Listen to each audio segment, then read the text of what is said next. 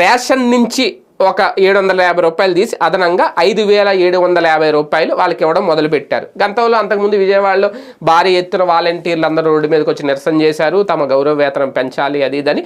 ఆయన పెంచనని చెప్పేశారు. అది గౌరవ వేతనం మాత్రమే, వీళ్ళందరూ పర్మనెంట్ ఎంప్లాయీస్ కాదు అది ఇదని క్లారిటీ ఇచ్చేశారు. తర్వాత వాళ్ళకి ఏదో అవార్డులని, రివార్డులని, పారితోషకాలని, ఏవో బహుమతులని ఇచ్చుకుంటా వస్తున్నారు. అయితే ఇప్పుడు ఏకంగా చంద్రబాబు నాయుడు గారు ఒక పెద్ద ప్రకటన చేసేశారు. 10,000 రూపాయలు ఇస్తామని చెప్పడం. అంటే భవిష్యత్తులో ఇక్కడ అండర్లైన్ చేయాల్సిన కొన్ని పాయింట్లు ఏంటంటే, మేము వచ్చిన తర్వాత భవిష్యత్తులో 10,000 రూపాయల వరకు పారితోషికం ఇస్తాము అని ఆయన క్లియర్గా చెప్పడం. అది మరి రాగానే ఏకదమ్మున 5,000 రూపాయలు 10,000 చేసేస్తారా? కాకపోతే ఒక హామీ ఇచ్చింది ఏంటి అంటే వాలంటీర్ వ్యవస్థ ఉంటుంది, వాలంటీర్లు కొనసాగిస్తాం అనేది. మొన్నటి వరకు ఇదే వాలంటీర్ వ్యవస్థ వద్దన్నారు, ఇదే వాలంటీర్ వ్యవస్థ వేస్ట్ అన్నారు, ఇదే వాలంటీర్ వ్యవస్థ వరస్ట్ అన్నారు, ఇదే వాలంటీర్ వ్యవస్థ వల్ల అమ్మాయిలు